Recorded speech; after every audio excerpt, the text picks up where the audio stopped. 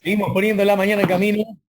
Nos ayuda la música de Marianito Mores, Taquito Militar, un emblema, este paisaje sonoro de, de estas latitudes. Hoy estamos escuchando a Marianito Mores porque se cumplen 5 años de su muerte. Señores, tal cual lo habíamos anunciado, estamos recibiendo a Ramón Ruiz, el director del BPS en representación de los trabajadores. Hola Ramón, buen día, bienvenido. Buenos días. Un gusto estar en tu programa, Alejandro. Bueno, gracias por aceptar nuestra invitación. Bueno, a propósito de la seguridad social en general, del rol del BPS en particular, de la mirada de los trabajadores, además en el marco histórico de anunciadas reformas, tendríamos para hablar días enteros, ¿no? Y de pronto tenemos la posibilidad de abordar algún otro tema. Todo esto mientras Ramón se está moviendo. Está bien, encontrando un lugar más cómodo, ¿verdad, Ramón? Me imagino. Sí. Y sobre El todo, mi mar. compañero. Ahí está, bueno. Entonces, acá estamos los dos en igual actitud. Ramón, sin embargo, me parecía interesante a propósito de algo que se dio a conocer en las últimas horas y que tiene que ver con un subsidio por enfermedad desde el primer día de cuarentena. Esta es una propuesta que si tuviéramos que definirla, obra en poder de quién, de el director que representa a los trabajadores en el BPS, quiénes están detrás de esta idea, cómo está funcionando ahora y por qué entienden ustedes que es justo cambiar lo que está funcionando hasta ahora. Bueno, son varias preguntas, Alejandro. Vamos a ver si podemos contestar todas, pero creo que sí. Porque cuando preparamos esta propuesta nos imaginamos todas las preguntas y Obvio. también nos imaginamos cómo íbamos a responderla, porque cada vez que los trabajadores hacemos una propuesta, siempre tenemos que pasar, digamos, por varias pruebas para explicarlas. A veces yo he visto, por ejemplo, que hay otros actores que hacen propuestas y nadie les pide cuenta, pero nosotros tenemos esa responsabilidad muchas veces. Pará, Este, porque me levantás un centro y yo soy petizo, pero igual entro a cabecear a ver qué pasa, ¿no? Afiname más esa idea. ¿Quiénes son los que hacen propuestas y nadie les pregunta nada? ¿Y quiénes son los que no preguntan nada a algunos y les preguntan muchas cosas a los trabajadores, ponele? bueno, por ejemplo, lo que pasa es que quiero hablar de la propuesta nuestra, pero digo, hace pocas horas se hace una propuesta de no cobrar el IRPF y el IAS, se hacen propuestas de no cobrar las cuotas de los préstamos de los jubilados, o sea, esas son cosas que hay que discutir, que hay que ver de qué manera se pueden viabilizar, pero se proponen desde otros ámbitos y después, por lo general, es el BPS el que tiene que instrumentar todas esas medidas. Por ejemplo, muchas veces hay propuestas, estoy hablando ya de resoluciones de parte del Poder Ejecutivo y luego el Banco de Previsión Social es el que tiene la responsabilidad de instrumentarla y eso genera una situación a veces de dificultad porque toda la presión, digamos, desde el punto de vista de los colectivos que se ven beneficiados con esa propuesta, mira hacia el Banco de Previsión Social. Por eso decía, en el caso nuestro, nosotros estamos haciendo una propuesta, no se la estamos planteando al directorio del BPS, la propuesta que estamos haciendo se la planteamos al ministro de Trabajo porque esa propuesta necesita tener el rango de decreto. El BPS, por resolución del BPS, no puede cambiar las condiciones en las que los trabajadores acceden y cómo acceden a esa prestación que se llama subsidio por enfermedad. Por lo tanto, el día viernes se la presentamos al PCNT, el PCNT se la trasladó al ministro de Trabajo y está en manos del Poder Ejecutivo ahora esa propuesta para responder y tener de alguna manera cuál es la opinión, porque por supuesto no nos creemos dueños de la verdad. Es una propuesta que puede ser perfectible, es una propuesta que la presentamos para conversar, para ver cómo la podemos instrumentar, pero tiene, digamos, la virtud de que es una propuesta que es de fácil instrumentación. Quedemos Es, un segundo ahí para entender dos cosas que dijiste al pasar. Primero, no es una propuesta que pueda instrumentar por sí mismo el Banco de Previsión Social, para lo cual necesita del Poder Ejecutivo, en este caso de la cartera pertinente, que es el Ministerio de Trabajo y Seguridad Social, que a través de un decreto puede instalarlo. ¿Hasta ahí entendí bien? ese es el instrumento, digamos. Por lo tanto, también va implícita la respuesta, no requiere de un debate parlamentario, pues no se necesita ley a estos efectos, ¿no? No, hace pocos días hubo un antecedente donde, por ejemplo, el 23 de marzo, el ministro de Trabajo decretó que los trabajadores de la salud cobraran cuando son certificados por cuarentena a raíz de posibles contagios. El trabajador es aislado, o sea, se le recomienda, el médico le recomienda que esté en una cuarentena preventiva. En esos casos, los trabajadores de la salud cobran desde el primer día. Eso fue por decreto del Poder Ejecutivo. Nosotros en realidad con este decreto estamos planteando que eso se amplíe para todas las actividades. Y lo estamos planteando de esta manera porque nos parece que, si bien por supuesto es muy importante lo que los trabajadores de la salud lograron y muy merecido porque están en la primera línea de batalla, también tenemos que decir que en el mes de octubre había 2.500 trabajadores que se certificaban por cuarentena, digamos COVID, o por alguna patología directamente vinculada con el COVID. Eso fue en el mes de octubre. En noviembre, en lugar de 2.500, eran 4.500. En noviembre, eso pasó a ser 12.000. Después, en diciembre fue 20.000. En enero, y bueno, y en febrero, 17.000. Estoy diciendo un poco de memoria estos números, pero los tenemos todos estudiados en estos antecedentes que tenemos de esta prestación que tiene mucho que ver con la profundización de la crisis sanitaria. Porque todos los días estamos viendo cuántos casos nuevos, cuántos casos en curso hay, cuántas personas tenemos cursando la enfermedad, cuántos fallecidos, y hemos visto cómo se ha agravado la situación sanitaria. Eso se refleja, te lo voy a decir textualmente, en octubre 2.525 certificados por patología directamente vinculada al COVID. En noviembre 4.433, en diciembre 12.588, sí. En enero 20.000 y en febrero 17.000 personas. Entonces, esto hace necesario, no solamente que es posible, sino que hace necesario que tomemos alguna medida, porque a estos trabajadores se le dice que tienen que ir para su casa porque si no pueden contagiar a sus compañeros de trabajo. Sí. Resulta que a los 4, 5 días, 6, 7 días, depende de cuánto demore la confirmación del diagnóstico, puede terminar diciendo, no, usted no tiene la enfermedad, vuelva al lugar de trabajo. O sea, ese trabajador no estaba enfermo, pero cuando vuelve, le pagan solamente a partir del 4.º día.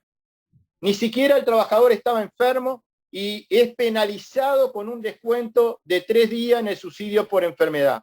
No estamos planteando que esto sea para todas las actividades. No estamos planteando que esto sea para todas las patologías, sino aquellas que directamente están relacionadas con el COVID y tienen que ver con la cuarentena, con el aislamiento de ese trabajador.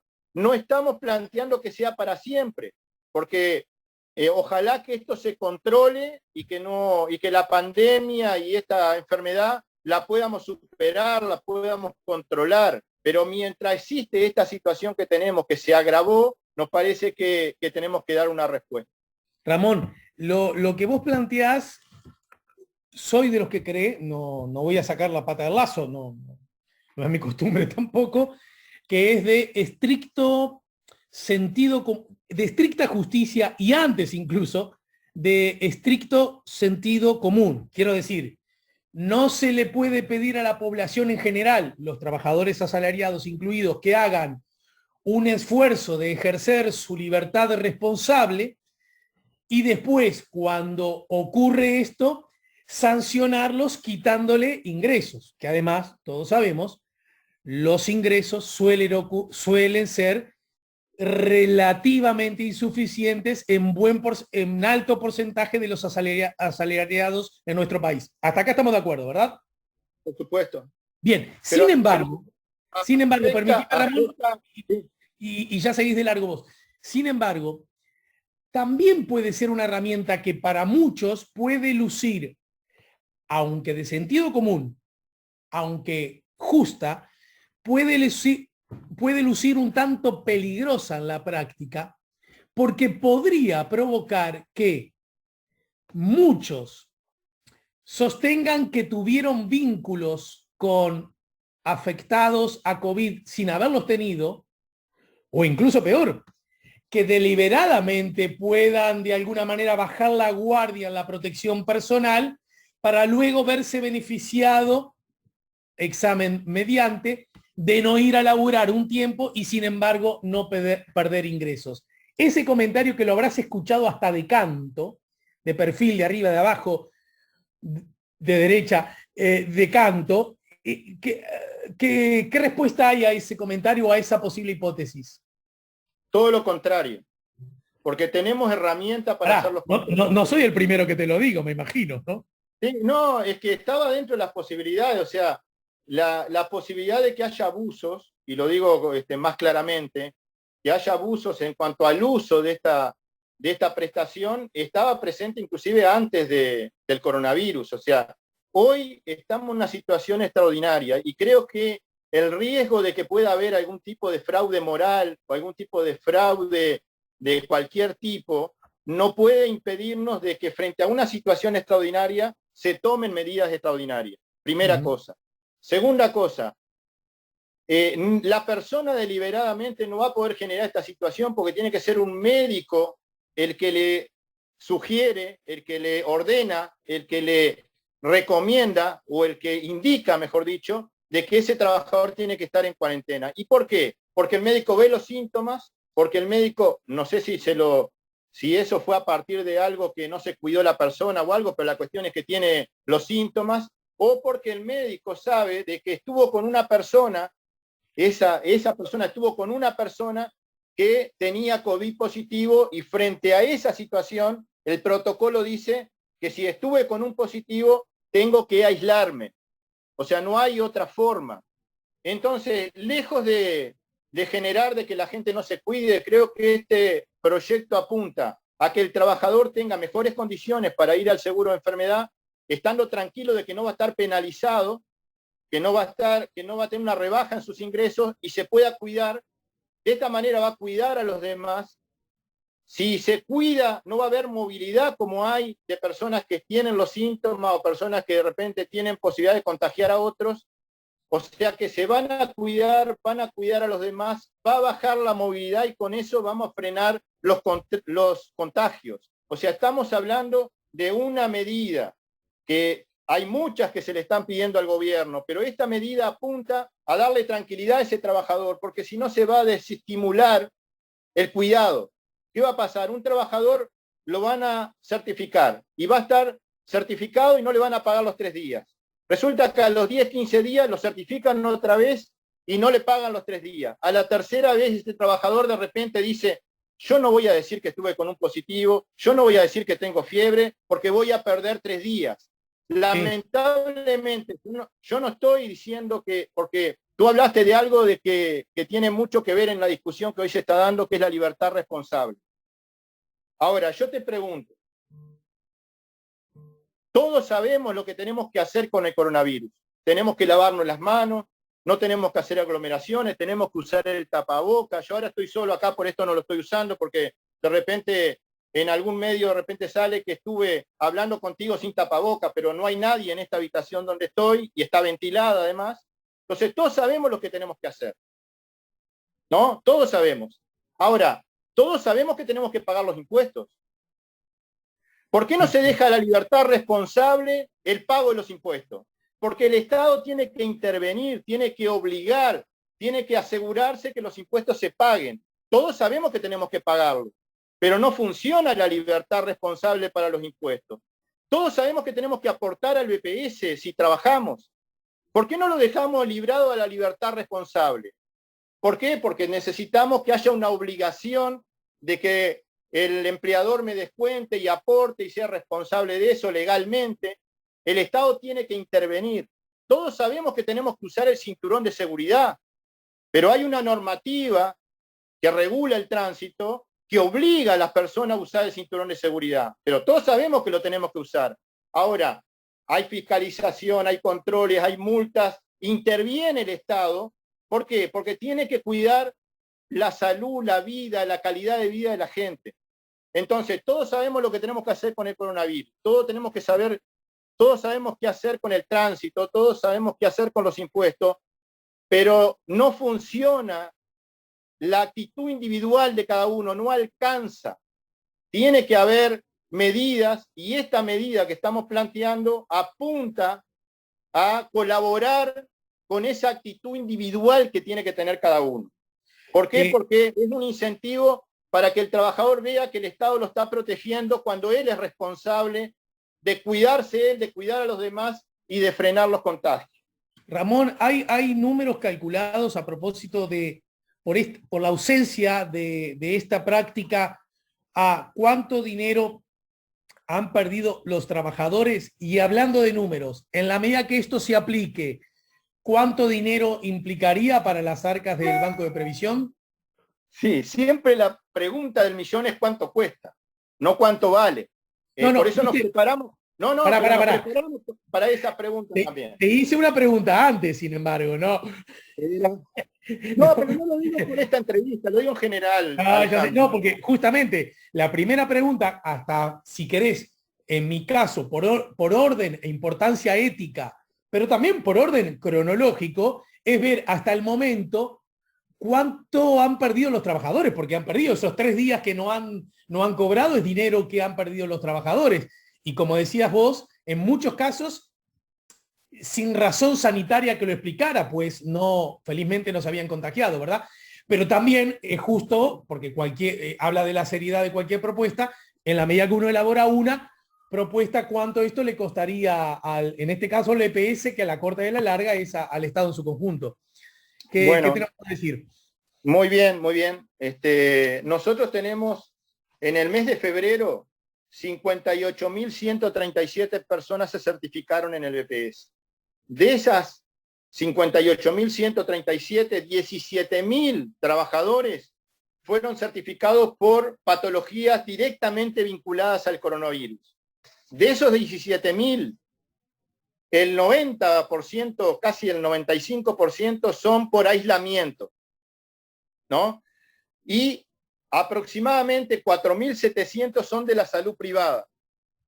Tenemos más de 12.000 trabajadores de otras actividades, principalmente de comercio, servicio y trabajo doméstico, que son sectores de actividad de bajos salarios que están perjudicados por esta situación. De repente, uno puede calcular y puede decir 600 pesos no es mucho, pero ese es el jornal promedio del seguro de enfermedad. Para esos trabajadores que son domésticas, que son trabajadores de los servicios, por ejemplo, vigilancia, o que son de una tienda, de una ferretería, que son trabajadores que cobran salarios bajos, salarios muy, digamos que no son salarios con los que el trabajador a fin de mes puede llegar holgadamente, sino que cuando están trabajando y están cobrando todo su salario, tienen dificultades. Imagínate lo que le pasa a ese trabajador cuando llega a fin de mes y le faltan 3 jornales y el resto de los jornales que tuvieron certificados cobraron el 70%, porque en el seguro de enfermedad se cobra desde el 4º día y el 70% del salario. Y bueno, nosotros hicimos un cálculo y aumentando en un 4%, aproximadamente en un 4%, lo que se está invirtiendo en el seguro de enfermedad por mes, estaríamos cubriendo estos 3 días de los 12.000 trabajadores que hoy no están cubiertos por ningún decreto. Estamos hablando de incrementar lo que hoy se destina en el subsidio por enfermedad en un 4%. Por eso agrego otro concepto. No solamente Ramón, es necesario, disculpame un segundo, no solamente es necesario, no solamente es de fácil instrumentación, sino que además con esto no vamos a poner en peligro la viabilidad de la seguridad social. Perfecto. ¿Ese 4% cuánto representa en dinero, Ramón? Bueno, en febrero, por ejemplo, se pagaron 18.212.000 dólares, 18.212.000 $212.000 en el seguro de enfermedad. Ujú. Es fácil, si uno multiplica 58.000 por un subsidio promedio de 14.000, tiene esa cuenta, ¿no? Y el 4% de eso significa aproximadamente 772.000 dólares. O sea que cuando hablamos en el BPS siempre los números son grandes. Estamos hablando de que el BPS destina en el mes de febrero más de 18 millones de dólares y nosotros tenemos que incrementar eso en un 4% para poder garantizar los cuidados de estos trabajadores, que con eso cuidemos a otros trabajadores, que con eso se reduzca la movilidad y además se frenen los contagios. Estamos en una situación muy complicada desde el punto de vista sanitario y creo que esto es un granito de arena con otras propuestas que el gobierno, el Estado tiene que de alguna forma instrumentar y que el movimiento sindical y los trabajadores y los sectores sociales hemos reclamado, ¿no? Ujú. Y para que esto salga, ¿qué se necesita? Bueno, obviamente, voluntad política, pero en todo caso, me queda claro, a ver, para decirlo claro, Ramón, ¿es a Mieres al que te tenés que convencer o a Bueno, tus nosotros, compañeros del directorio? nosotros estamos tratando de concretar algún encuentro con el ministro de Trabajo o alguna conversación con el ministro de Trabajo. El ministro ya conoce el proyecto, para conversar sobre el proyecto, incluso hasta para discrepar con el proyecto, porque de eso se trata, ¿no? Hoy más que nunca tenemos que fomentar el diálogo entre las partes. Nosotros esto es un proyecto que intenta justamente fomentar eso, fomentar el intercambio, el diálogo, y quizás si no es esta la propuesta, hay una propuesta alternativa, porque estamos dispuestos a considerar algún escenario alternativo.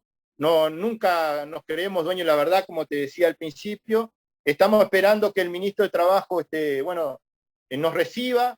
Estamos intentando tener un encuentro con él o una conversación, porque hoy con la pandemia a veces las reuniones presenciales no son fáciles. Y independientemente de eso, también estamos tomando contactos con las distintas bancadas parlamentarias para conocer su opinión sobre el proyecto, porque a veces esa voluntad política también hay que construirla. En la medida de que los distintos partidos políticos empiecen a expresar, y miren que esto no es la medida que va a resolver el tema de la pandemia, es una medida, y yo te diría que al lado de otras que necesitamos es muy pequeña, es un aporte para atender una situación muy puntual, ¿no? Bien, mira, estamos casi en el final, pero algunos mensajes llegan, los comento.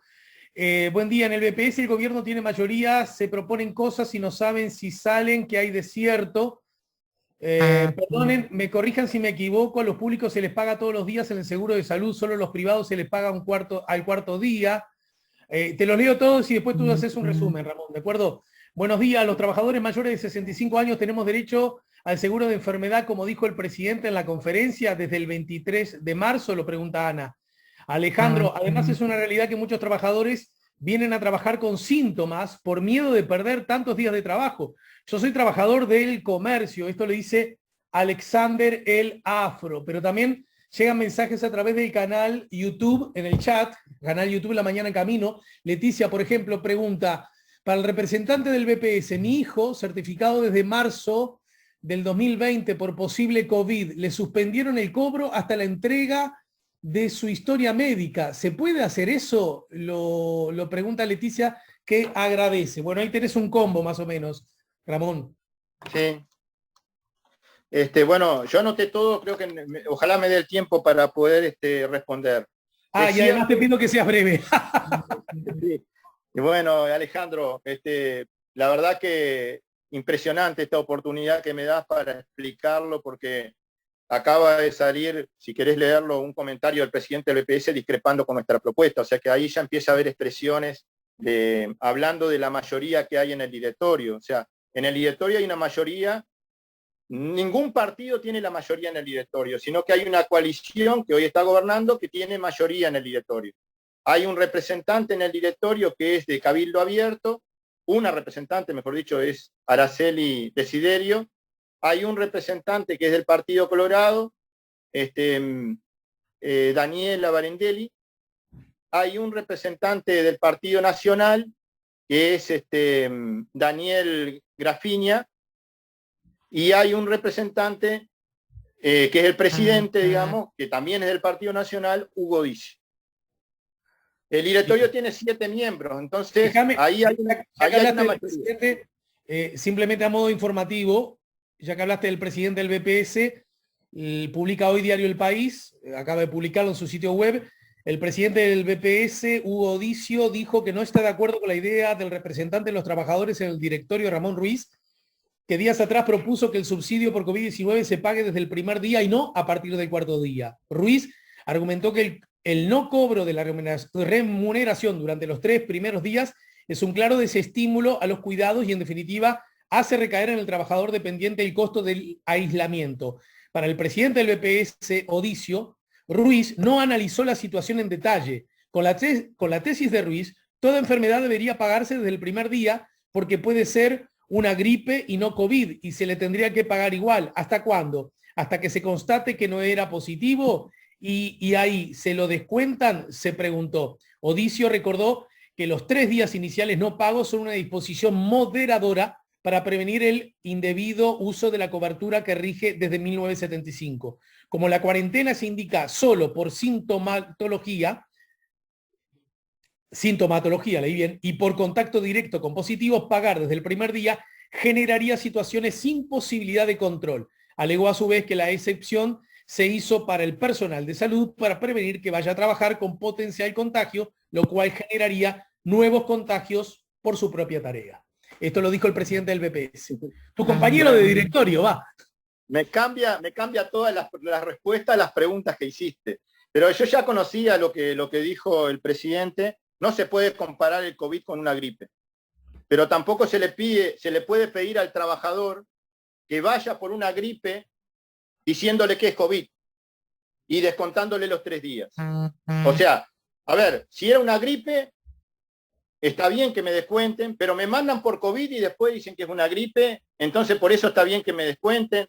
Es un entrevero eso. A mí, si el médico me manda a cuarentena porque tiene la sospecha, ojalá pudiéramos tener un diagnóstico certero, porque creo que de esa manera podríamos resolver muchos problemas.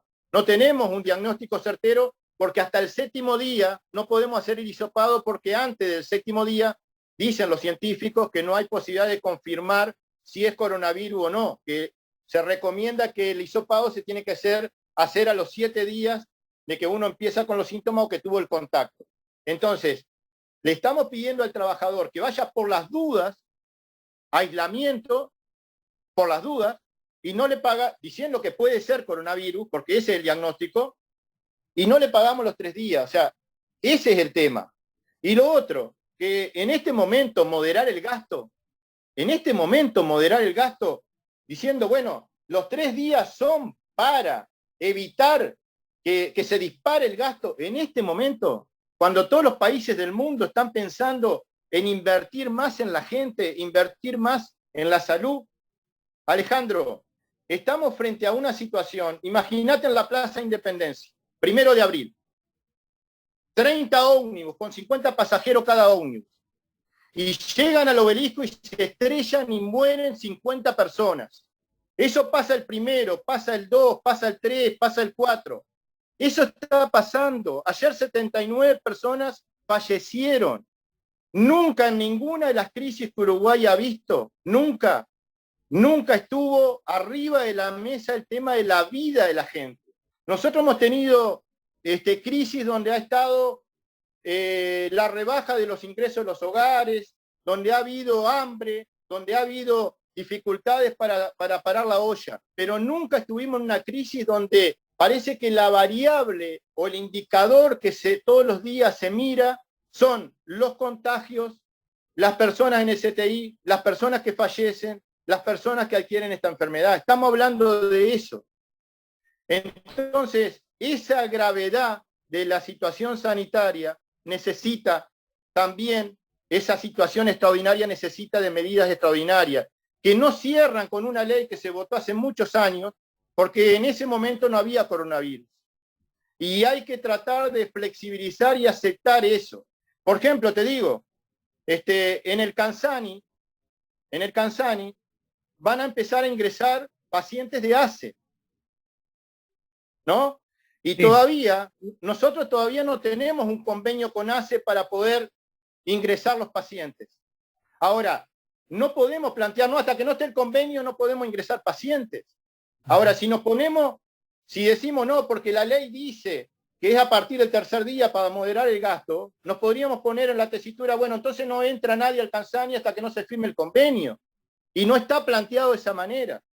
Al contrario, el BPS y el presidente del BPS ofreció las instalaciones del Canzani para que vinieran pacientes no COVID al Canzani, pacientes para aliviar de alguna forma la presión que tiene ACE como prestador público y que pueda resolver de otra manera internaciones de otras patologías que no son sencillas, digamos, ¿no? Entonces, Ramón, más allá de la posición que acabamos de compartir del presidente, como dijiste más temprano, el directorio está compuesto por muchas voces, incluso con trazabilidades políticas diversas. Te pregunto, ¿y el resto de los directores, aún de directores políticos que representan a la coalición de gobierno, aún los que representan a la oposición, pero además los pasivos, los empresarios, bueno, obviamente vos los trabajadores, ¿ninguno te la sigue o estás medio solito en este tema? repito, yo creo que es una discusión estéril discutir en el directorio porque el directorio no tiene facultades. Si lo hubiese planteado, estoy seguro que ese es el argumento, pero el directorio se reúne mañana y mañana voy a saber qué piensa cada director. Ajá. Yo creo que yo no vi en el trascendido de prensa de anoche a las 4 de la mañana en el diario El País, no vi que el presidente dijera que hablaba a título personal o en nombre de la mayoría del directorio. No pude detectar ese detalle, digamos. Pero mañana me voy a enterar y yo he escuchado a gente que integra la coalición de gobierno reclamar medidas. Por ejemplo, el Partido Colorado planteó que el impuesto COVID fuera también para el sector privado. Sí. Por ejemplo, los gerentes de Sura no van a aportar para el fondo COVID. Y tienen posibilidad de aportar. Y los gerentes de Sura no fueron. ¿Ganan más de 120.000 pesos? ¿Cómo? ¿Ganan más de 120.000 pesos? ¿Cuánto? No, porque el límite COVID para el trabajador público es de 120.000 más o menos, ¿no? Yo hace mucho tiempo trascendió cuánto ganan los directores. Yo no puedo decir porque es un dato de persona. Pero sería bueno preguntarle a los gerentes de Sura cuánto ganan, si ganan más de 120, a ver si están en condiciones o no de pagar ese fondo. Si no están en condiciones, por favor, que no lo paguen. Si ganan menos de 120, que no lo paguen. Tengo la convicción de que sabés que ganan más de 120.000. Los de República, que eso es público, los de AFAP República ganan más de 120. Pero son públicos y seguramente, no sé bien cómo va a quedar la ley, pero seguramente van a aportar. Ahora, estamos hablando de que hay en el sector privado trabajadores que ganan mucho más de 120.000 pesos que no fueron al seguro de paro, porque alguien que gana esa cifra no va al seguro de paro. El que va al seguro de paro son los trabajadores de la cadena de producción, no son los cargos gerenciales los que van al seguro de paro. Es más, podríamos decir que todos los del sector privado que ganen menos de 120 y en el último año no hayan estado en seguro de paro, que aporten para el coronavirus. Sin embargo, yo escuché al Partido Colorado hacer ese reclamo. Quizás el Partido Colorado está de acuerdo con esto, pero no sé, estamos haciendo contacto con la Recuérdame tu compañero de directorio, tu colega de directorio que representa al Partido Colorado.